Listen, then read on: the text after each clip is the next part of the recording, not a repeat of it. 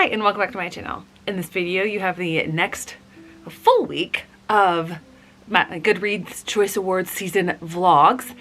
I am actually starting this on a Monday. I have two books to talk about that one I have finished, one I'm about halfway through and should maybe be able to finish tonight, but I did play The Sims for a little while, so I've got to clean up and all that. Anyway, and I also have a physical book to talk about. Those other two were audiobooks. The first of those books that I read, actually before I get into that, the plan for this week, this is Thanksgiving week. I just realized, I think my aunt is upstairs playing the piano, so you may be able to hear that if you hear these weird noises going on. Anyway, this is Thanksgiving week. I have one more day of school. Students are taking a test. Hopefully, we'll get through that. Then I have to go to the dentist on Wednesday for a filling, but that should not take long because they said it's a small filling. I have Wednesday, Thursday, and Friday off. My plan is to try to get through minimum 2 books a day. If I can get through 2.5 on Wednesday, maybe 3, 2 on Thursday because I've got the race and obviously that's Thanksgiving, spending time with family, etc. I think that I'll be able to get to a point where my goal of 15 for fantasy and young adult, I think I'll be able to get to that. Now, the numbers that I'm talking about, they're unrealistic for people who read a normal amount. I do not read a normal amount. I read an excessive amount, as we have already established. But I'm getting through these fairly quickly. The only problem is going to come with getting a hold of audiobooks because I've got still some very big books left to come. I'm really excited about The Will of the Many. The only thing that's a bummer about that is that it's an Audible exclusive. I had a feeling that it might be because the first book in the Licanius trilogy, well, the whole Licanius trilogy, I read the first book earlier this year, I almost said week, no, this year, and he's the author of that trilogy, and it was an Audible exclusive as well. Doesn't necessarily mean anything, but it's highly likely, and so I checked, and yes, it's an Audible exclusive. So I might have to use a credit on that. But I still have Fragile Threads of Power. I have, not Priority of the Orange Trees, Day of Fallen Night, and The Book That Wouldn't Burn. Those are all, oh, and Sword Catchers. Those are all fairly big books, and I do not have access to audiobooks of those yet. And the bummer is because I want to finish my current cross-stitch project. Oh, I just realized I might be able to do that tonight. Sidetracked, squirrel. I need the audiobook for a lot of these because I want to multitask. Setting that aside, let's actually talk about the books. So that's my plan. The book that I have read completely, and I read it completely today. Now, as I sit here thinking, there might have been a book yesterday that I was reading, but I don't remember. I read this one completely today. If when I'm going through my Goodreads project, I realize, oh, I forgot to talk about that book, that would be why. Book that I read completely is a memoir. Those are typically shorter audiobooks and they read very quickly. And this one was A Living Remedy. And I feel really bad. I don't remember the author's name because I don't have this one physically, as evidenced by the fact that I'm not holding one up. But I really loved this memoir. This was a very poignant memoir, and she's telling a similar, obviously not the same type of story as Crying in H Mart. And it's where it's similar-ish because, you know, mom with cancer. But there's so much more that goes on. And this is not her first memoir. She's an author. And I think she's a little bit known for that. I don't know of her otherwise. But she talks a little bit about her growing up years, being a Korean-American adoptee. So she was born in America to Korean parents and then given up for adoption. And her parents grew up, I think, in the Ohio area, but she grew up out in the Seattle area, and they were very poor growing up, but it was in a way where she didn't realize how quote-unquote poor they were, but there were just different things that went along with that. She talks a little bit about that experience. She talks a little bit about the fact that her father suffered from various health problems, and his mother, so her grandmother, I think it was some sort of kidney disease, some sort of renal failure. And she talks about the fact that because of the health insurance situation, the health availability, etc., for the various jobs that he was working, it didn't actually really get diagnosed until it was in a not good place for him. And so much had happened that it probably shortened his life because he didn't have the money or the health insurance to get it diagnosed sooner. And that it really struck home with me because not me personally, not my mom's side of the family, but my dad and my grandma, when she was around, his mom, they came from very similar economic circumstances, other side of the country, so upstate New York. My dad has not necessarily had the kind of jobs that provide health insurance. There's actually something tonight that he sent this group text that me, my sister, and my brother-in-law are on about his insurance. And see, he has type 2 diabetes now. He has this type of medicine, I don't remember the name of it, but he had been paying a certain amount for a copay. And he goes to pick up the next prescription of this, and it's now 10 times as much. I kid you not. 10 times as much is what they say he'll have to pay. That's not an amount that normal people can pay on the drop of a hat. And he's been trying to get this figured out, and insurance is saying, oh, well, we negotiated the price down, but we haven't paid anything for you. What good is this insurance? Why would you pay for insurance if they're not going to actually help? And the manufacturer's like, oh, we thought you'd been using a coupon. What? So, like, he has some insulin that he can use, but there's no way that he can pay the amount that they're asking him to pay for this medicine that he depends on for his health. And so I say all that to say that our medical system is kind of screwed up. She talks about that, but she doesn't dwell on it. She doesn't make it the focus of her book, but she talks about the real emotional, physical, psychological effects that has on a person, on a family. She talks about his unexpected death. It was related to the renal failure, which was very similar to what his mother had. And then she talks about the fact that her mother's cancer reoccurred over a decade after she had it. It was very serious. And she also talks about the trauma of dealing with her mother's late stage, terminal, like very end of her journey with cancer during the height of the COVID pandemic. And the fact that they lived on completely opposite sides of the country. And she couldn't really travel to go see with her mother and be with her mother in those final days. And the real intimate, horrifying, like just traumatic effect that it had on her. And just how all of those different things wove together, and how she dealt with her own kids and the developmental disability that her younger daughter has. And it was very well written.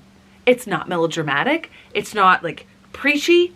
It just is this window that it's like, here is this person's experience. Maybe you should look at things and do something different. Out of the ones that I've read, I have two that are very, very strong contenders, and I know probably will not even make it out of the first round. While You Were Out by Meg Kissinger, that one made me tear up. And then this one, A Living Remedy. So I highly recommend both of those. Then I went into the next book that I had on my audiobook list, and that is Bring Me Your Midnight. And that's a young adult romantic fantasy. And I got to a certain point in this book where I realized, oh, she's about to be 20 years old. Why is this in young adult? I thought it was a little off at first, and maybe they were playing with ages. It's this witchy setup, and they live on this island, and the witches all have to practice low magic, because if they don't, then there's all this prejudice against them, and they could be hunted and persecuted for their magic. But she is the daughter of the lead witch in their coven, and they're making this basically political alliance with the son, the family of the son of the mayor. Okay, they're talking about this arranged marriage and like bringing things together and etc. And I'm like, okay, this is maybe upper YA. But things keep reading very advanced, like age-wise. And I just am like, is it just because they read very young that you're making this YA? I do not understand how this book is classified as YA. Are you making it YA because there's nothing spicy in it when it comes to the romantic bits? I don't know. Like, if it hadn't been categorized as young adult, it'd be in the romantasy genre and I wouldn't have to read it. No, I say that and there's nothing bad. There's a few eye-rolly things that I've had. Like, she's got the arranged marriage person that she's supposed to be with. Like, the name Landon. Really? It's not all that romantic. And then, of course, the other person that she meets, whose name is Wolf. Obviously, it's supposed to set up conflict between the two, at least in her heart or whatever. Some of the witchy vibes are just, they're not the kind of witchy vibes that I like. It's like, ooh, magic is what I say it is, and there's no rules around it, and I can say whatever I want. I'm saying this, and it's like, it is the epitome of fine right now. So there's nothing bad. There's nothing exceptionally cringy about it. And there's nothing good about it either. These characters are remarkably forgettable. So I'll read it. Do I think that it'll get out of the first round? I don't think so, unless it's popular and some other front that I don't know about. So at least I'll have that one read. Then another young adult fantasy that I'm reading, and I'm reading this one physically and really enjoying, is A Study in Drowning. Side note, I subscribed to both, I think Illumicrate did a version of this, and this is the Goldsboro version. And I saw the Goldsboro version, I'm like, oh, I really like that. It doesn't have a dust jacket on, etc. Then I saw people unboxing the Illumicrate version and went, oh, I like that one better. So, you know, it happens when you have these multiple subscriptions. Anyway, this is still a very pretty edition. I'm really enjoying this one, although I'm a little perplexed by a couple things. I'm trying to put it in a setting, so I'm only about 80 pages through. I'm trying to place the setting, because even if it's in a fantasy world that's very reminiscent of ours, usually there are markers that you can hook onto as to associate a general time framework. Like with Divine Rivals, you know it's around like World War II type, not World War II, World War I type era fantasy, even though it's a completely different world. This one I cannot figure out yet. I keep thinking, okay, maybe, like from the artwork as well, maybe this is turn of the century, like early 1900s. But then they have a lot of things that seem more modern than that. Describing the dorms, describing certain, like, nothing would be out of place for early 1900s-ish, but nothing has been really definitive. And there's just some allusions to other things like the cars and the phones that just make me think that it's this very nebulous time. And I get that that's fine, because a fantasy world is not necessarily going to have progressed along the same track that our world did. It just makes it muddy. It makes the setting muddy, and is a little bit of a hindrance from getting immersed in the book. Because even if you make a fantasy world, there has to be some allusions, some connections to our own world so that you can hook onto it and understand and visualize things. That's the only quote unquote negative that I have. There's a few intriguing things. I really don't like her mother. Her mother's infuriating and not helpful at all, not mothering or loving at all. The relationship that she has with her advisor, nothing has been stated outright, but just the way that Ava Reed used certain turns of phrases, certain ways that, you know, the main character whose name I've forgotten, that happens normally for me, but when I'm reading this many, certain way that the main character feels, certain descriptions of this advisor. I don't know how often he's going to be in the story, because she's no longer at the college. She's gone off to, okay, I should actually back up and give you the setting, or at least a synopsis-ish. So you've got this house here. So the setting is the main character has gone off to this university, and she's in the architectural school. Even though her grades, her scores on the test were high enough for her to be put into the literature school, the only reason that she's not in literature school, which she wants, is because they don't admit women. So she's the only female student in the architectural school, which is like second ranked underneath that. But that's not really what she wants to do. She really likes this particular author who has recently just passed away. And part of the magic and the war between these two countries, so that's like in the city that they're in, it's a divided city. Like the border goes straight through the city. And one side belongs to the opposing forces and the other side belongs to the country that she's from. One of the ways that they use the magic is, I think they call them the sleepers. Different authors somehow become gods or revered as gods or something. And something in that magic like gives strength to the soldiers on their side of the battle. But her favorite author has just died within a few months, but he was very much of a recluse. No pictures of him anywhere. And then there's this poster put up on a wall advertising some sort of competition or like a proposal, some sort of entry where his son wants a new house to be designed like a memorial sort of thing to him. And so she applies for it. She's in the architectural school. She wants to be in literature, but she really, really loves this author. And then she has to go to this place, which is set up, I think there's Welsh vibes here. And it's set up in this very like craggy coast that there's supposed to be a second drowning, which is what leads me towards Wales and not say Ireland, because I read These Drowned Woods and it's hypothesized that a portion of the coastline, it was actually flooded and there used to be people that lived there. I'm going in all sorts of background, but I'm really intrigued by this. This is an interesting setting. I don't know, because I did play The Sims earlier, if I will get to this more tonight. It is drawing me in and the writing is really engaging so far. So I'm really liking what I'm reading. As far as what I'm going to read for the rest of the week, I don't know. I'm going to make my way through as many of these books as I possibly can. Okay, there is a little bit of a yellow-orange tint. Less than the first time I tried this clip, but still there. I'm going to go ahead and do it. This is my reading spot, all cozy with my blanket. Yes, I read here and not in the chair, because if I read in the chair, I do have a tendency to fall asleep. Less so if I sit on the floor and use this as a backrest. So let me talk briefly about the book that I finished Monday. It is now Wednesday. I've had the day off, although, yeah, life update first. I had my dentist appointment this morning for the filling.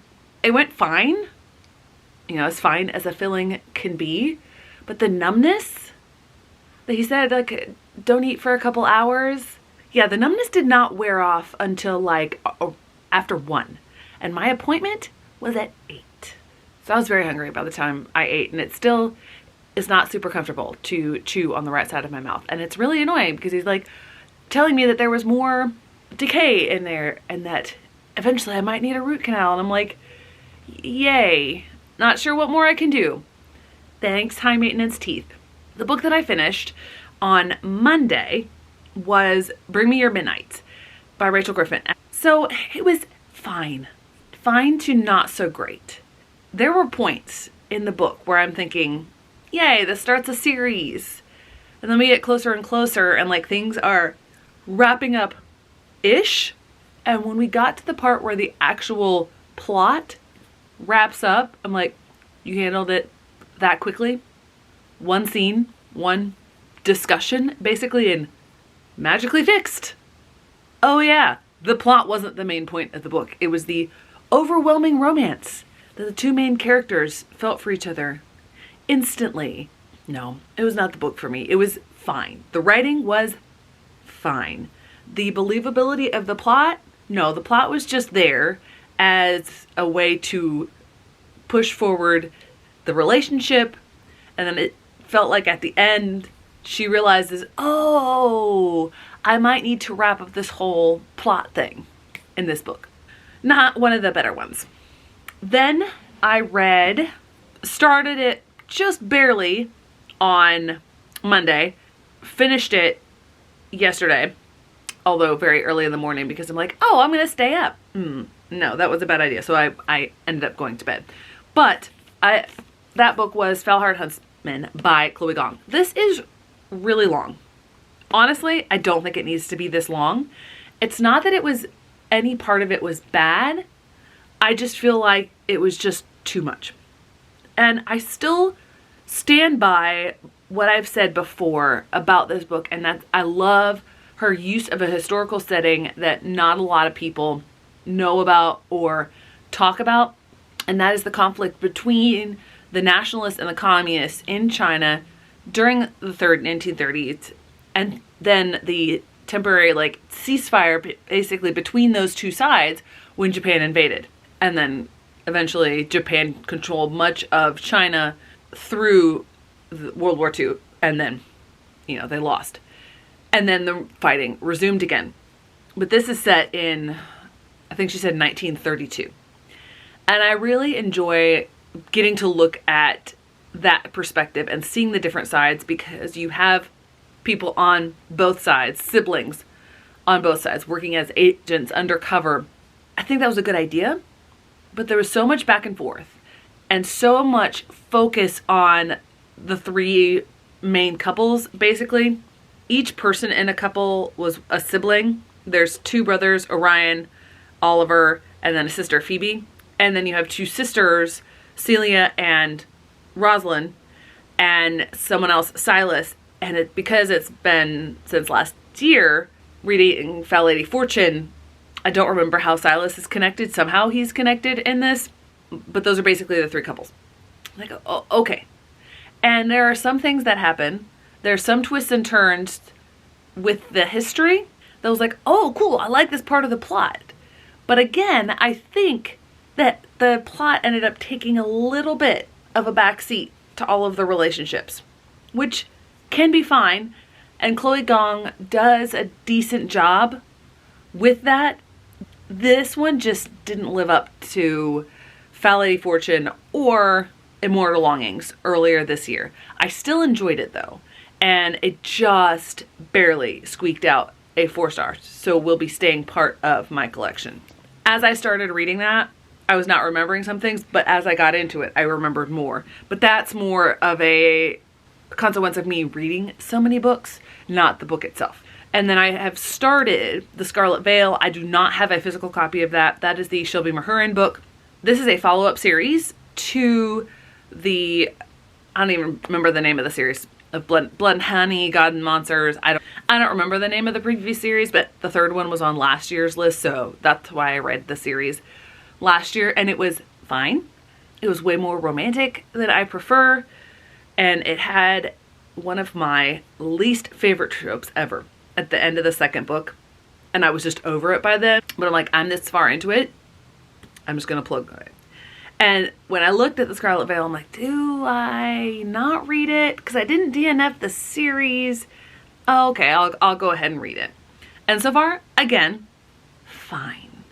That seems to be the trend for these books. At first, I was very lost with the characters. And a lot of the character building and the world building, you have to have read the previous trilogy to read this.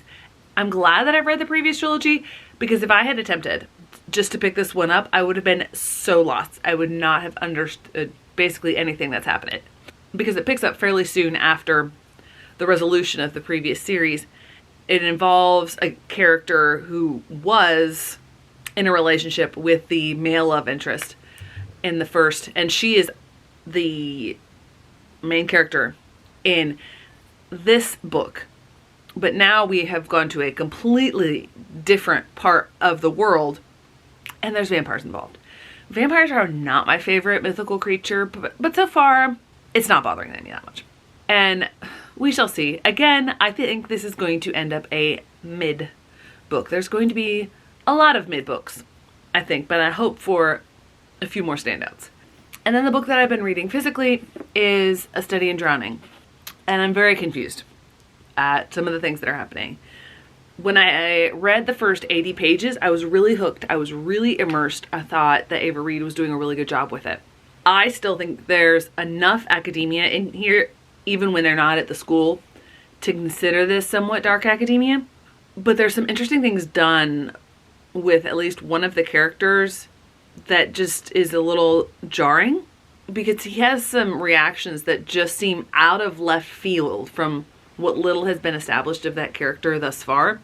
And then there's a point where yes, I know that this is a fantasy world, and it's all sorts of things are talked about as known. But it's not the same kind of fantasy world that you get in Emily Wilde's Encyclopedia of Fairies, where people believe that the fairies are real. The epic literary work that this guy is known for involves the faking, but it's considered literary. It's not necessarily considered real. But there's this part of their culture where people, if they're a particularly difficult child, they are given a saint's name because they are suspected of being a changeling child. The idea of being replaced, a human child being replaced by a fae. At one point, so she goes by Effie, but at one point it comes out that her name is Euphemia, Euphemia, however you would pronounce that. Preston, the other main character in here, he asks her if she's a changeling. I'm like, why would you just go ahead and ask her? And then she says yes. I'm like, wait, did we establish that the lore of the Fae folk is real or not? Because at the same time he seems skeptical. And I'm like, do we believe this or not? Why would he even ask if this is not something that he believes in? So it just, there's a few things that just have taken me out of the reading experience a little bit. It's not flowing well together. Like the pieces seem like they would work, but not together. So we shall see what I think about the rest of this book. I didn't end up updating on Thanksgiving, which is totally fine. So I may end up updating twice today. I may not. Who knows? So I have 2 books that I finished to talk about, and then 2 books that I am in the middle of that I will definitely be finishing today, and hopefully a couple more. I'm getting closer and closer to meeting my goal, but also voting for this round ends on Sunday, which is today, tomorrow, and Sunday. I'm going to try to vote on Sunday itself. I may include my votes, a screen capture of my votes. I've already voted for one in a couple of the categories where I've read the book and really enjoyed it, but it's not a category I'm trying to read through. I'm not voting in every category, just the ones where I've read books. But I may or may not include that. Now, back to the books. So I finished A Study in Drowning, and I mentioned that I was a little bummed that I chose this version instead of, I think it was Illumicrate. Well, I'm kind of glad that I ended up choosing this version because I will not be holding on to this book. This book, it got weird, but not in the same way that other books that I've read are weird. So that the issue with the character, the son of that author that the main character Effie really enjoys, the one who's hosting them in this creepy old house, who has the weird personality quirks that I just could not figure out. Well, it gets explained why there are these massive differences in his character. I'm like, okay, I understand. Still think it's weird the way that you made that character. The love story feels not as sincere as I think it could be. The way things unfolded towards the end, it got towards the creepy side, and I know that some of her other books are considered horror, and I haven't considered picking them up. This doesn't necessarily go full on that way. I guess horror readers would say it doesn't. But it just got very weird and disconnected, and the atmosphere just kept me from sinking in and enjoying this book. Unfortunately, because I then went and picked up this book, some of the uniqueness is getting a little bit muddled because this is also very weird, and I'll talk about that in a moment. I don't think it was necessarily bad, and there were parts that I really enjoyed, like the academic study, the academia part of this. It's not dark academia, but there is academia in here. That part I enjoyed. Some of the reveals in here, I figured out way before the characters, who were completely taken by surprise by some of these things, and I'm like, no, it's so obvious what certain ones of these are. I haven't put this through Compile yet. Probably a 3 stars, maybe a 3.5. Unfortunately, I will be unhauling this book. Then we get to an audiobook that I think I read all of it yesterday, or most of it, and that is You Could Make This Place Beautiful by Maggie Smith. Now, when I was looking at the author, I made the mistake that she mentions in here of thinking it was the Maggie Smith of, like, Dame Maggie Smith, the British actress. It's not. She's an American poet. Nothing that I could find made that clear, and I thought it was very odd that Dame Maggie Smith would have a memoir and it wouldn't be more talked about. Well, I was right. It's not Dame Maggie Smith. But I really enjoyed this.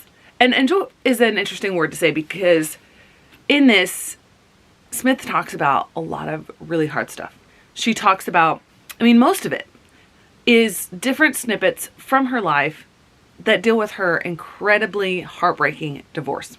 It's not told in a run-on continuous sort of way, but that's what she does. She does narrative poetry. I forget exactly what she calls it. And even though it's not, a lot of this is not necessarily in verse, this read quickly because, you know, it's just these different vignettes. But her writing is so gorgeous. That's something that I really appreciate in narratives, is seeing how people use the words to their fullest extent, but also be the most, not necessarily the most efficient, but use them in ways that are not necessarily straightforward, and because they're used in those certain ways, they make such a significant impact. And she does that significantly throughout all of this. And this is yet another one of the memoirs on this list that is incredibly hard-hitting and incredibly revealing, and a memoir that I don't think is going to make it to the second round because it's not from a celebrity. So I definitely recommend this one. Okay, now let's talk about the books that I would say in the middle of. I'm kind of in the middle of the audiobook one, but it's so short, I'm going to finish it very quickly. It's probably going to take another 45 minutes to finish it because I'm listening to it on faster speed. And then the one that I'm practically almost done, but it's just so much that I could not keep reading, even though I technically had the time to read it yesterday, and that is The Last Tale of the Flower Bride. I expected something different than what I got. I knew it was lyrical. I knew that one of the title characters, the bridegroom, you never find out his name. I knew that it was more about the relationship between these two girls, the bride, Indigo, and her best friend, who is also a point of view character. But it's very weird. And it's the kind of weird that I'm not necessarily jiving with, but it's not bad. It just, Indigo is not a likable character at all. She's a bully. She's manipulative. She doesn't actually make a lot of sense with a lot of her choices. I don't really know how to talk about this one. It just feels very weird. It's definitely not my favorite. It's not my style. I don't think I'm going to end up holding on to this book, which is a bummer because I've really enjoyed her middle grade series, the Arusha series, which I have up there. I think it's out of frame. But this one, in this one, she's one of those authors who's transitioning age groups. A lot of them struggle. She does not. The style of the voice in this is very different from her middle grade series. I have not read her young adult series, so I don't know her voice in that one. I think it's the Gilded Wolves. It's on my list. I'm going to be reading it in December. That would have been interesting to be able to compare it, to hear her authorial voice in those 3 different age groups. But as it stands, this is just so weird that I don't really know how to talk about it. And I kind of had to stop reading and shift into something else because I just wasn't enjoying myself. And it just was quite depressing. So we shall see how this ends up.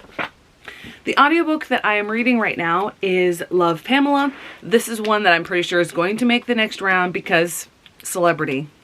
So much already has happened to Pamela, and she's talked about at least 2 horrific, terrible instances of SA that happened to her. One was group. So many people, I think, discount her because of where she's from, Southern accent, the different movies and TV shows that she's been in. She's been a very sexualized figure, and I think a lot of people discount her because of that. It's very interesting to hear her talk about how she grew up, the different things that have informed her life. And she talks about the fact that she has loved writing. And I don't know whether or not there was a ghostwriter on this, but if there's not, that's yet another aspect of her that people would look at her and be like, oh, she's just a pretty face. So this is really intriguing to me, and it's not one that I ever would have picked up otherwise. So I cannot wait to finish this book. Okay, it is time for a final update. Before I get into the books that I have stacked over here, I probably should have updated yesterday evening, but I didn't end up updating, obviously. I cannot remember whether or not I talked about The Scarlet Veil by Shelby Mahurin, which is the follow-up. I think I have, but I don't know if I had finished it at the time that I updated. I have since finished it. It was fine. I don't think I'll be continuing in the series. I think it's just a duology, unless, you know, the next one ends up on the list, because I don't hate it enough to full out DNF the series and say I'm never reading this again. The romance, though, I'm like, seriously? I don't like the trope of the really super old immortal creature type love interest and the very young but marginally age appropriate female protagonist. Not a huge fan of that, which of course, when you get vampires, you're gonna get that in there. Yeah, I really need to rate all of these things, but obviously even on break times, you think that you're gonna get through things and get so much done, but do you end up getting half as much done as you actually planned on or thought you could? No, especially when you end up playing Sims for most of the time. I'm gonna talk briefly about two books that I do not have physically, and I did double check because there have been a couple times that I've said that I don't have the book physically, but I actually did. Whoops. One of them I finished, one of them I haven't. The one that I finished is one of the memoirs, and that is Counting the Cost by Jill Dillard. That is the book that I ended up voting for. Spoiler for my reaction video. That's in two parts. That's going to be reaction. That's going to be my votes and then reaction. But I ended up voting for that one because of a lot of the resonance that she had in that book. I knew a lot of the things because I had watched a video by Savvy with Savvy Writes Books, a review of the book. And so I knew a lot of the things that she revealed in there, but there's a lot that Savvy didn't necessarily talk about that I was listening to and really resonated with, because I grew up in a very conservative environment, not to the level or that end of the spectrum that Jill did, but a lot of the things that she talked about, a lot of the principles that were taught, like on modesty and what a woman should do and her role and the authority of the father figure, which was interesting in my life because my parents divorced when I was young because my dad had issues. So the father figure in my life was really my grandfather, but not really because he was my grandpa, not my dad. There was just a lot that was very similar.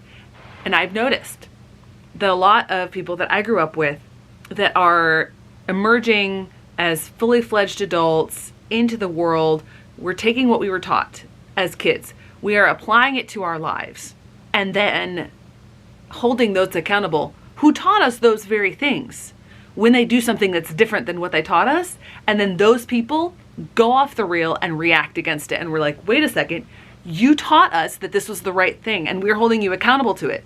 And you're getting mad at us now. It's very interesting, very compelling. It's because I don't rate memoirs. I'm going based on resonance, personal resonance, what I learned, how the story was told. I've read a lot of good memoirs that I never would have picked up otherwise because I've chose to read through memoirs. So, I mean, if Goodreads adds back the middle grades section, doubt they will. Maybe I'll end up trying to do 4. Probably not. I don't even know why I'm going there. Backtracking a little bit, the book that I am in the middle of and plan to finish after I finish this clip, this wrap up, is Bookshops and Bone Dust. And I realized I needed to get a move on because my library hold is expiring and I don't have any other way to read this book. I am loving it.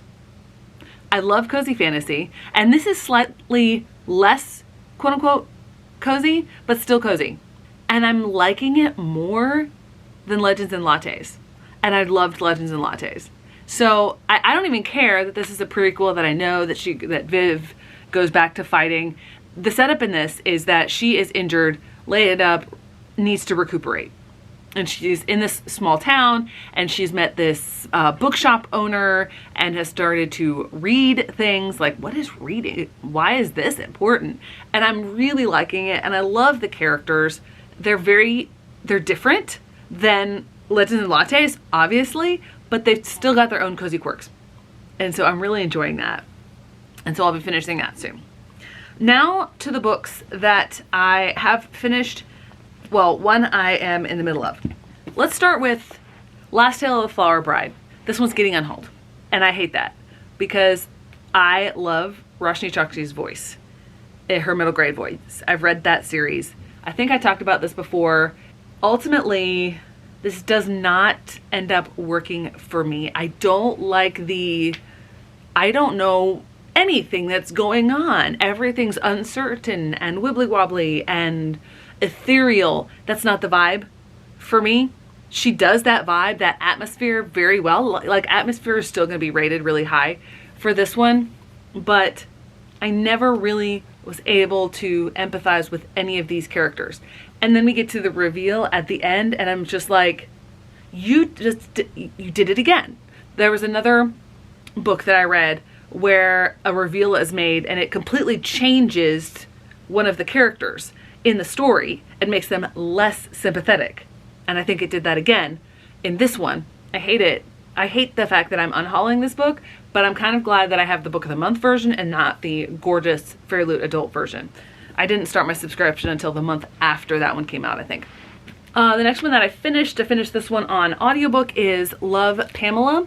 It's really interesting the way that she talks about different things in her life and how the paparazzi made her life a living nightmare at different points, and how through various reasons for her upbringing that she felt really that she relied on a lot of different sexual things, and then people took advantage of that and painted her as less than a real person. I didn't necessarily come away with it with the same sort of resonance as Count on the Cost, like I mentioned, which, I mean, she has a very different life experience than I do. That's, you know, there's going to be different things to have in common. But I think she did a really good job with this. And I don't know if this was written with a ghostwriter or what. I think it does paint a new light, or shed a new light on her life and her story, and it's not necessarily something that I would have picked up otherwise. Okay, if the angle changed, I had to go change the battery. I have 2 more books to talk about. One I finished, one if I listened to audiobook for the rest of the day, I would finish. I don't think that's gonna happen because I really want to enjoy that book, but I'll get to that in a moment. The one that I finished physically yesterday is Venko Coven by Sherry DeMolane, and I really enjoyed it. It's not necessarily my kind of witchy book, but that makes the second witchy coven type book that I have read in this season. I read Her Majesty's Royal Coven thinking that the Shadow Cabinet might be on the list. It wasn't, so I didn't read the Shadow Cabinet. But I like the way that DeMolane does the coven idea in this book so much better than how Juno Dawson does it. And I enjoyed that. It wasn't bad, but I enjoyed it. But I enjoyed it a lot more in here. Is this really my type of book? No, but it was a fun ride as we're going through here. So in this book, there are witches, and the witching part of it is not fully defined ever. There's all sorts of things that could be going on. They're trying to find the 6th, and that's at the beginning, and then the 7th witch to fill out this circle so that they can defend against, I forget what it's called. It's like a bad guy who's basically immortal-ish and has been hunting them and is going to bring about bad things, etc. there are other people involved. Like there's a maiden, mother, and crone characters. They're not actual witches, but they have different jobs. And there are other people that are not witches, but they are born to a witch bloodline, and they can do different things. And they get involved with it. And the whole story is both they're trying to evade this bad guy. He's chasing them, he's hunting them, but they're also trying to complete this circle, and they have to do it by a certain deadline. And the one thing that I just absolutely loved was at the end in her acknowledgments. In closing, I would like to remind you that it's always a good day to hex the patriarchy. I loved it. That was the vibe. That was the sentiment going throughout this book. It just was a fun time. It's not something that I would have picked up otherwise, but I really enjoyed it. Then we get to the book that might end up being my favorite out of the ones that I read for the fantasy category. And I am about 60% in. And I was really nervous going into it because it has been so hyped by other reviewers, booktubers that I know that have very similar reading tastes, and they've absolutely loved it. So I've been nervous to see, is this going to live up to that hype? And so far, The Will of the Many has definitely lived up to that hype. I have read the first in the Lycanius trilogy by him, and the improvement in his authorial style and everything could go with that is tremendous. I'm trying to hold it so it doesn't shine against the library binding. This is definitely one that I want to get a copy of myself. I love the setting, the vibes here. It's Roman inspired. There's the idea of, so the setup, a lot of the magic is based on a person's will, and a person can cede their will to the next person in rank above them, but it's very draining. It's similar to that idea of the bone shards in that Drowning Empire series. When the will is used, when the will is ceded, that drains away basically life and energy and etc. from the person who is ceding their will to the person above them. But that means that that person above them can do so much more. And it's a pyramid type shape where the 8th level, they don't get anything ceded up to them. They're the ones completely ceding. And at, the 7th level, they're getting some stuff ceded up to them, but they also have the option to cede some of their stuff up to the 6th, 5th, and etc. So the person at the top is operating with the will of like thousands of people. And you have a character who, like, this empire, this hierarchy has been taking over the world. And he is the last remaining person from his family from this last part of the world that was taken over. And he has grown up vehemently opposed to the whole idea of ceding will and using will, and he has never done it, even though he's been sort of in hiding covertly. And he ends up getting adopted in the way that they used adoption in the Roman Empire to act as an agent at a school. It's a magic school, but they're not allowed to use will or seed will or anything like that. So they're not actually using magic. But he's adopted, he's thrust into this whole massive conspiracy on both sides because the person that his new adoptive father wants him to spy on knows that that other person has sent him there to spy on him.